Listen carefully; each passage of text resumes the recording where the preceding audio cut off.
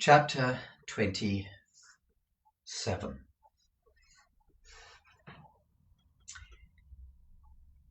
Kate's history begins to unfold, and not in a very promising way.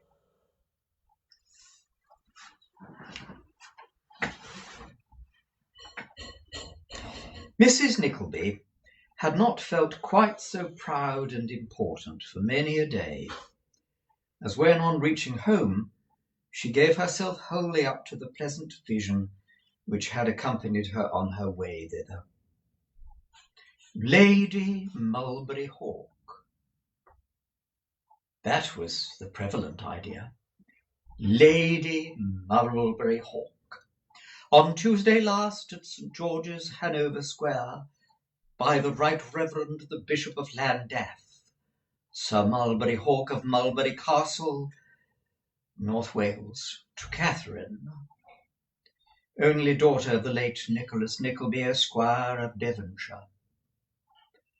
"Upon my word," cried Mrs. Nickleby, "it sounds very well." Having dispatched the ceremony with its attendant festivities to the perfect satisfaction of her own mind, the sanguine mother pictured to her imagination a long train of honours and distinctions which could not fail to accompany Kate in her new and brilliant sphere. She would be presented at court, of course, on the anniversary of her birthday, which was upon the 19th of July, at 10 minutes past 3 o'clock in the morning, thought Mrs. Nickleby, in a parenthesis, for I recollect asking what o'clock it was. Sir Mulberry would give a great feast to all his tenants, and would return them 3.5% of the amount of their last half year's rent, as would be fully described and recorded in the fashionable intelligence, to the immeasurable delight and admiration of all the readers thereof. Kate's picture, too, would be in at least half a dozen of the annuals, and on the opposite page would appear in delicate type, "Lines on contemplating the portrait of Lady Mulberry Hawk by Sir Dingley Dobler." Perhaps some one annual of more comprehensive design than its fellows might even contain a portrait of the mother of Lady Mulberry Hawk, with lines by the father of Sir Dingley Dobler. More unlikely things had come to pass. Less interesting portraits had appeared.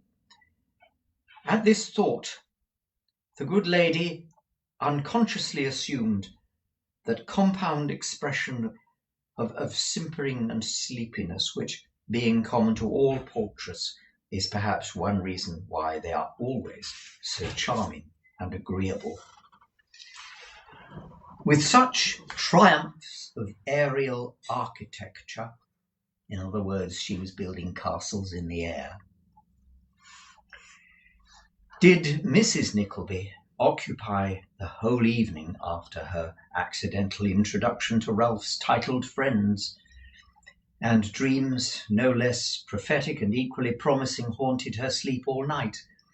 She was preparing for her frugal dinner the next day, still occupied with the same ideas, a little softened, perhaps, by sleep and daylight, when the girl who attended her, partly for company and partly to assist in the household affairs, rushed into the room in unwonted agitation, and announced that two gentlemen were waiting in the passage for permission to walk up.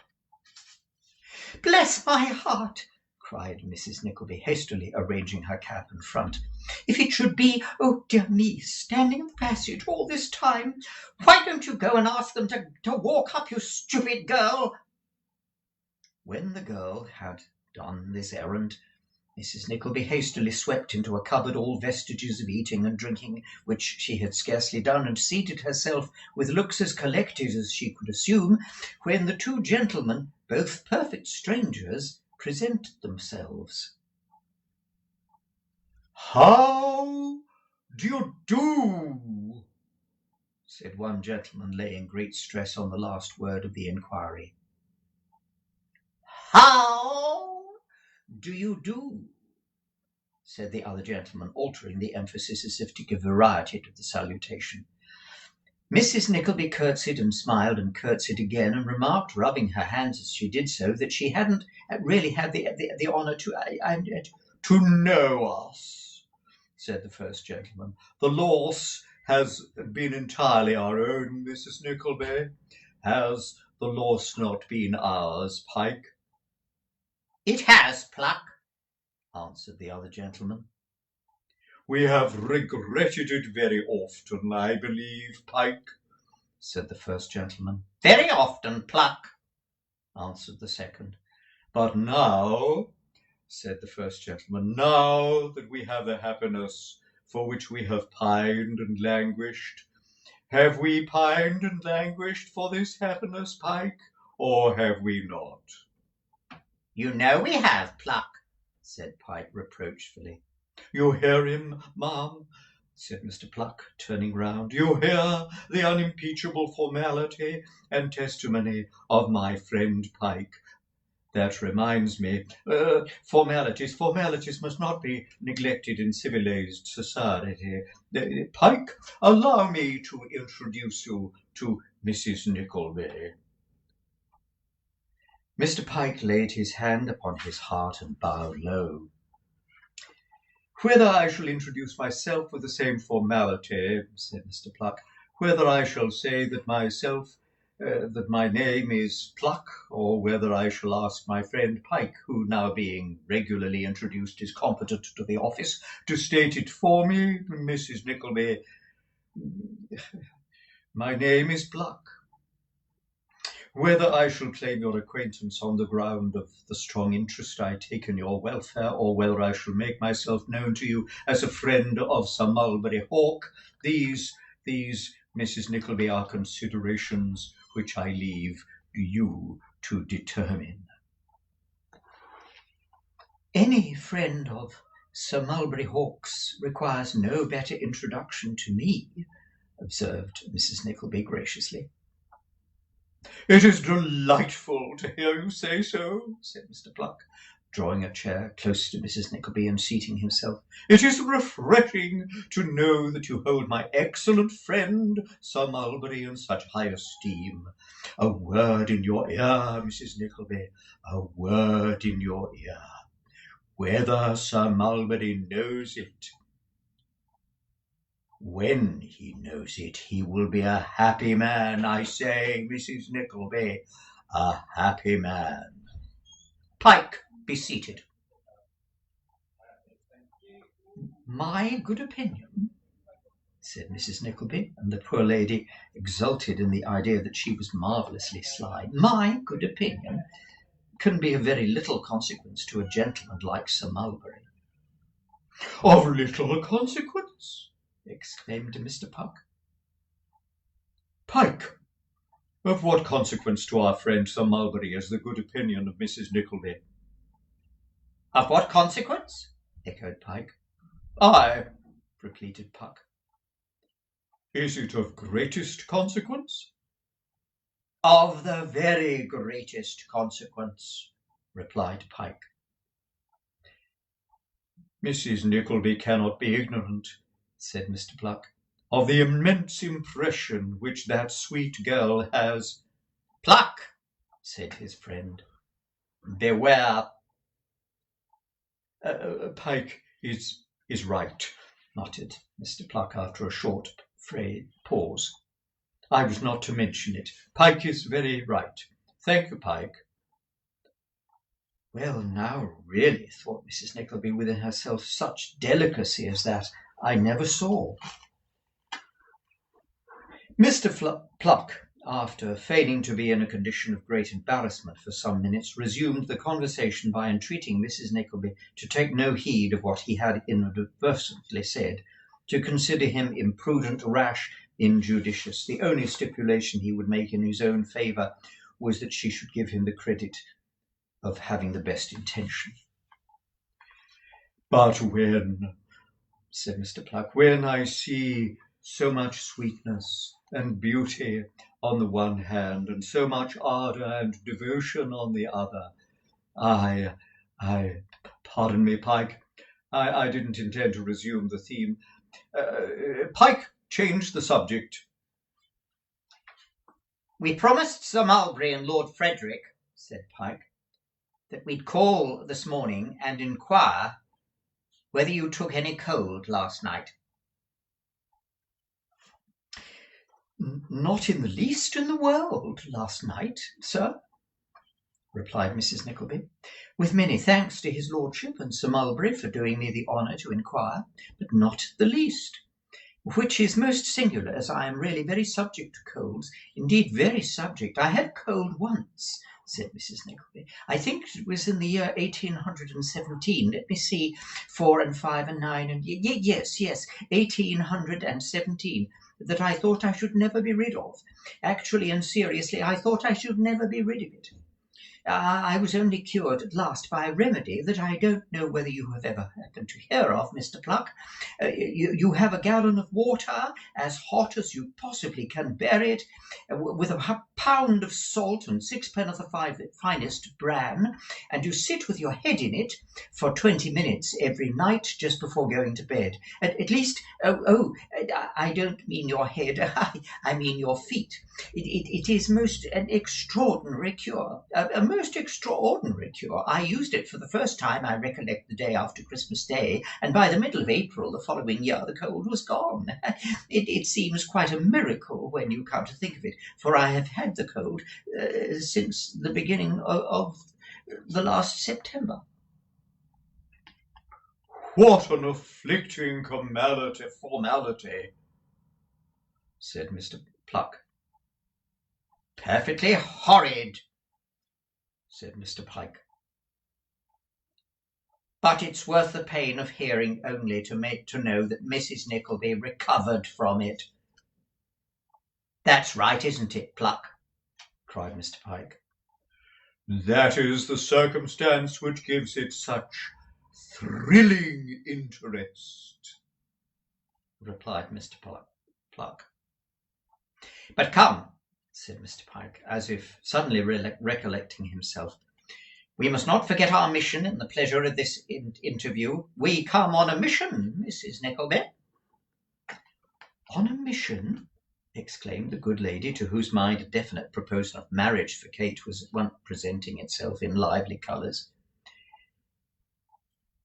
From Sir Mulberry, replied Pike. You must be very dull here. Rather dull, I confess, said Mrs. Nickleby. We bring the compliments of Sir Mulberry Hawk, and 1,000 entreaties that you will take a seat in a private box at a play tonight. Oh dear, said Mrs. Nickleby, I never go out at all, ever. That is the very reason, my dear Mrs. Nickleby, why you should go out tonight, retorted Mr. Pluck. Pike, entreat Mrs. Nickleby. Oh, pray do come, said Pike. You most positively must, urged Pluck. You are very kind, said Mrs. Nickleby, hesitating, but— There is not a but in the case, my dear Mrs. Nickleby, remonstrated Mr. Pluck. Not such a word in the vocabulary. Your brother-in-law joins us, Lord Frederick joins us, Sir Mulberry joins us, Pike joins us. A refusal is out of the question. Sir Mulberry sends his carriage for you 20 minutes before 7 to the moment. You will not be so cruel as to disappoint the whole party, Mrs. Nickleby. You are so very pressing that I scarcely know what to say, replied the worthy lady. Say nothing, not a word, my dearest madam, urged Mr. Pluck. Mrs. Nickleby, said that gentleman, lowering his voice, there is the most trifling, the most excusable breach of confidence in what I am about to say. and yet if my friend Puck over here heard it. Such is that man's delicate sense of honour, Mrs. Nickleby. He'd have me out before dinner time. Mrs. Nickleby cast an apprehensive glance at the warlike Pike, who had walked to the window, and Mr. Pluck, squeezing her hand, went on. Your daughter has made a conquest on which I may congratulate you, Sir Mulberry. My dear madam, Sir Mulberry is her devoted slave. Ha! cried Mr. Pike at this juncture, snatching something from the chimney-piece with a theatrical air. What's this? What do I behold? What do you behold, my dear fellow? Asked Mr. Pluck. It is the face, the countenance, the expression, cried Mr. Pike, falling into his chair with a miniature in his hand. Freely portrayed, freely, imperfectly caught, but still the face, the countenance, the expression. I recognize it at this distance, exclaimed Mr. Pluck in a fit of enthusiasm. Is not this, my dear madam, the faint similitude of— It is my daughter's portrait, said Mrs. Nickleby, with great pride, and so it was. And little Miss Nickleby had brought it from home for inspection only 2 nights before. At 20 minutes before 7, then, said Mr. Pike, rising. The coach will be here. One more look, one little look at that sweet face. Ah, here it is, unmoved, unchanged. This, by the way, was a very remarkable circumstance, miniatures being liable to so many changes of expression. Oh, Pluck, can she be as beautiful as that? Mr. Pluck made no other reply than kissing Mrs. Nickleby's hand with great show of feeling and attachment. Mr. Pike, having done the same, both gentlemen hastily withdrew.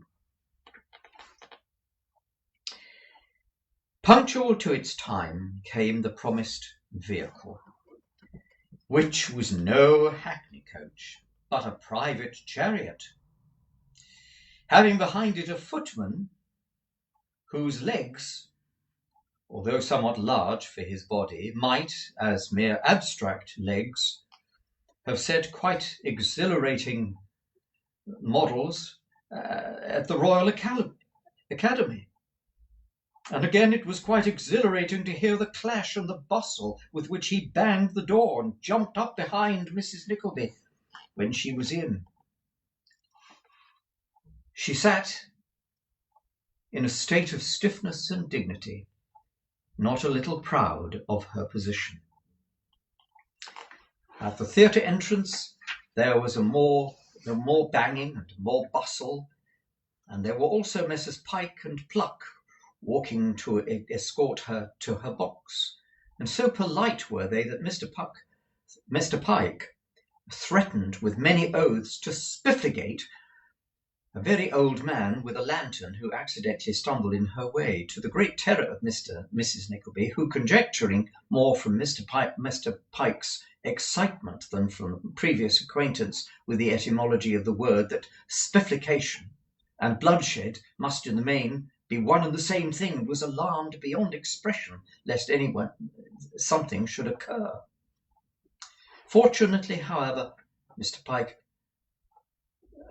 confined himself to mere verbal spifflication, and they reached their box with no more serious interruption than a desire on the part of the same pugnacious gentleman to smash the assistant box keeper for having mistaken the number.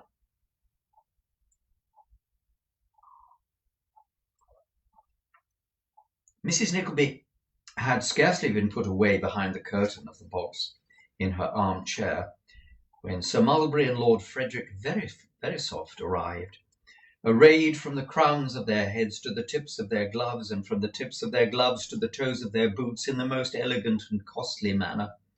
Sir Mulberry was a little hoarser than on the previous day, and Lord Frederick looked rather sleepy, from which tokens, as well as the circumstance of their both being a trifle extent unsteady on their legs, Mrs. Nickleby justly concluded that they had just taken their dinner. We have been toasting your lovely daughter, Mrs. Nickleby, whispered Sir Mulberry, sitting down behind her. Oh, thought the knowing lady. Wine in, truth out. You are very kind, Sir Mulberry. No, but my soul, replied Sir Mulberry Hawk. It is you that kind. Upon my soul it is. It was so kind of you to come tonight. So very kind of you to invite me, you mean, Sir Mulberry, replied Mrs. Nickleby, tossing her head and looking prodigiously sly. I am so anxious to know you, so anxious to cultivate a good opinion, so desirous that there might be a delicious kind of harmonious family understanding between us, said Sir Mulberry, that you mustn't think I am disinterested in what I do. I'm infernal selfish. I am, upon my soul, I am. I'm sure you cannot be selfish, said Sir Mulberry, replied Mrs. Nickleby. You have too much of an open and generous countenance for that. What an extraordinary observer you are, said Sir Mulberry Hawk. Oh, no, indeed. I don't see very far into things, Sir Mulberry, repeated Mrs. Nickleby, in a tone of voice which left the baronet to infer that she saw very far indeed. I am quite afraid of you, said the baronet. Upon my soul, repeated Sir Mulberry.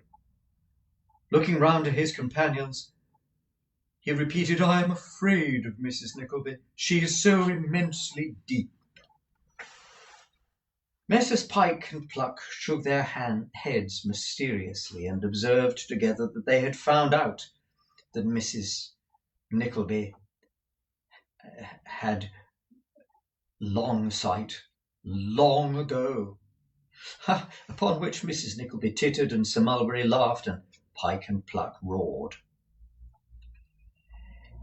But where is my brother-in-law, Sir Mulberry? inquired Mrs. Nickleby. I shouldn't be here without him, you know. I hope he's coming. Pyke, said Sir Mulberry, taking out his toothpick and lolling back in his chair as if he were too lazy to invent a reply to that question. Pyke, where's Ralph Nickleby? Puck, said Pyke, imitating the baronet's reaction and turning the lie over to his friend. Where's Ralph Nickleby? Mr. Pluck was about to return some evasive reply when the bustle caused by a party entered the next box seemed to attract the attention of all four gentlemen, who exchanged glances of much meaning. The new party beginning to converse together, Sir Mulberry suddenly assumed the character of a most attentive listener and implored his friends not to breathe. Why not? said Mrs. Nickleby. What is the matter? Hush, replied Sir Mulberry, laying his hand upon her arm. Lord Frederick, do you recognize the tones of that lovely voice? Devil take me, poor Hawk, but if I didn't think it was the voice of Miss Nickleby. Lord, my lord, cried Miss Nickleby's mamma, thrusting her head around the curtain. Why, actually, Kate, my dear, It is you." It was indeed Kate, who had arrived at the theatre earlier in the company of her employer, Mrs. Wycherley. "You here, mamma?" cried Kate. "Is it possible?" "Possible, my dear? Yes." "Why, who on earth is that you have with you, mamma?" said Kate, shrinking back as he caught the sight of a man smiling and kissing his hand. "Who do you suppose, my dear?" replied Mrs. Nickleby, bending towards Mrs. Wycherley, and speaking a little louder for that lady's edification. "This is Mr. Pike and Mr. Pluck, Sir Mulberry Hawk, and Lord Frederick Verisopht." "Gracious heavens," thought Kate hurriedly. "How comes she in such society?" Now Kate thought thus so hurriedly, and the surprise was so great, and moreover brought back so forcibly the recollection of what had passed at Ralph's delectable dinner, that she turned extremely pale and appeared greatly agitated, which symptoms being observed by Mrs. Nickleby were at once set down by that acute lady as being caused and occasioned by violent love. But although she was in no small degree delighted to see that by this discovery, which reflected so much credit on her own quickness of perfection, it did not lessen her motherly anxiety on Kate's behalf, and accordingly, with a vast quantity of trepidation, she quitted her own box to hasten to that of Mrs. Wycherley. Mrs. Wycherley, keenly alive to the glory of having a lord and a baronet among her visiting acquaintance, lost no time in signing to Mr. Wycherley to open the door, and thus it was in the company of these gentlemen that less than 30 seconds Mrs. Nicholas's party had made an interruption into Mrs. Wycherley's box, which it filled to the very door, there being in fact no room for Messrs. Pike and Pluck to get their heads in, only their waistcoats. "My dear Kate," said Mrs. Nickleby, kissing her daughter affectionately, "how ill you looked a moment ago. You quite frightened me." "It was mere fancy, mamma, the reflection of the lights, perhaps," replied Kate, nervously glancing round and finding it impossible to whisper any caution or explanation. "Don't you see Sir Mulberry Hawk, my dear?" Kate bowed slightly, and biting her lip, she turned her head towards the stage. But Sir Mulberry Hawk was not to be so easily repulsed, for he advanced with a firm extended hand, and Mrs. Nickleby officiously informed Kate that of this circumstance she was obliged to extend her own hand. Sir Mulberry detained it, while he murmured a profusion of compliments, which Kate, remembering what had passed between them, rightly considered with so many aggravations of the insults which had already been put upon her. Then followed the recognition of Lord Frederick Verisopht, and then the greet of Mr. Pike and that of Mr. Pluck, and finally, to complete the young lady's mortifications, she was compelled at Mrs. Wycherley's request to perform the ceremony of introducing the odious persons, whom she regarded with the utmost indignation and abhorrence. "Mrs. Wycherley is delighted," said Mr. Wycherley, rubbing his hands. "Delighted, my lord, I am sure, with this opportunity of contracting an acquaintance which I trust my lord shall improve. Julia, my dear, you must not allow yourself to be too much excited. You must not, indeed, you must not. Mrs. Wycherley is of a most excitable nature, Sir Mulberry. The snuff of a candle, the wick of a lamp, the bloom on a peach, it all goes down to a butterfly. You might blow her away, my lord. You might blow her away." Sir Mulberry seemed to think that it would have been a great convenience if the lady could be blown away.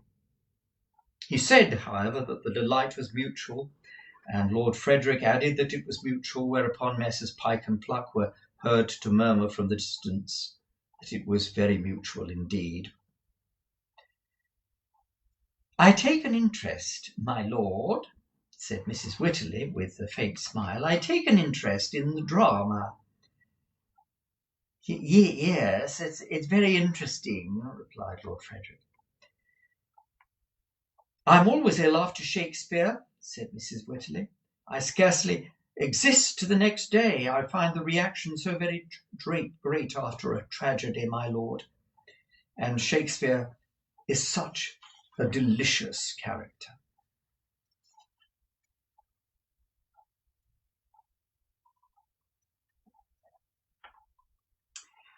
The evening came to an end at last, but Kate had yet to be handed down the stairs by the detested Sir Mulberry, and so skilfully were the manoeuvres of Messrs. Pike and Pluck that she and the baronet were the last of the party to leave, and were, even without an appearance of effort or design, left at some little distance behind. "Don't worry, don't hurry, my dear," said Sir Mulberry as Kate hastened on and attempted to release her arm. She made no reply, but still pressed forward. "No, then. No, there."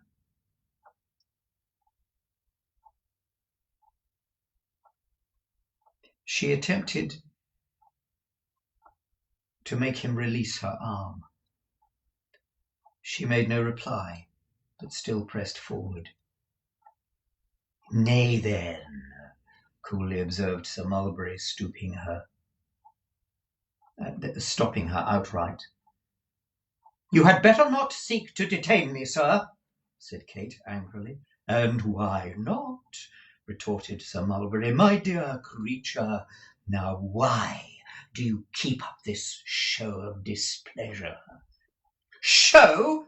repeated Kate indignantly. "How dare you presume to speak to me, sir, to address me, to come into my presence?"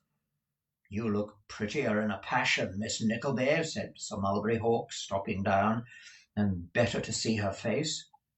"I hold you in the bitterest detestation and contempt, sir," said Kate.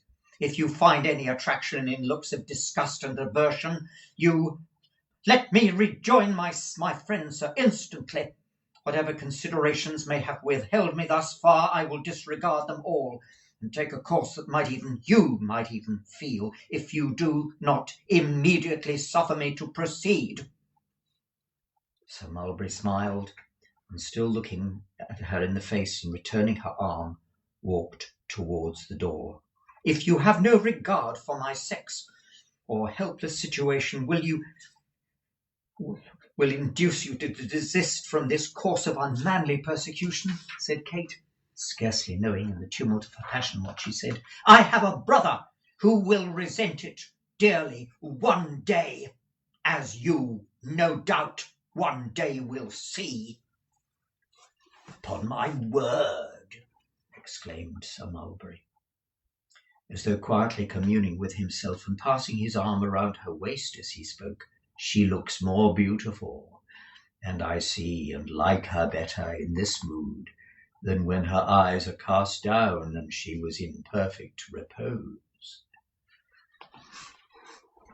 How Kate reached the lobby where her friends were waiting she never knew, but she hurried across it without at all regarding them, and disengaged herself suddenly from her companion. She sprang into the coach, and throwing herself into its darkest corner, burst into tears. Messrs. Pike and Pluck, knowing their cue, at once threw the party into great commotion by shouting for the carriages and getting up in a convenient quarrel with sundry inoffensive bystanders, in the midst of which tumult they put the affrighted Mrs. Nickleby in her chariot, and having got her safely off, turned their thoughts to Mrs. Wycherley, whose attentions also they had now effectually distracted from the young lady by throwing her into a state of the utmost bewilderment and consternation. At length the conveyance in which she had come rolled off with its load, and the four worthies, being left alone under the portico, enjoyed a hearty laugh together.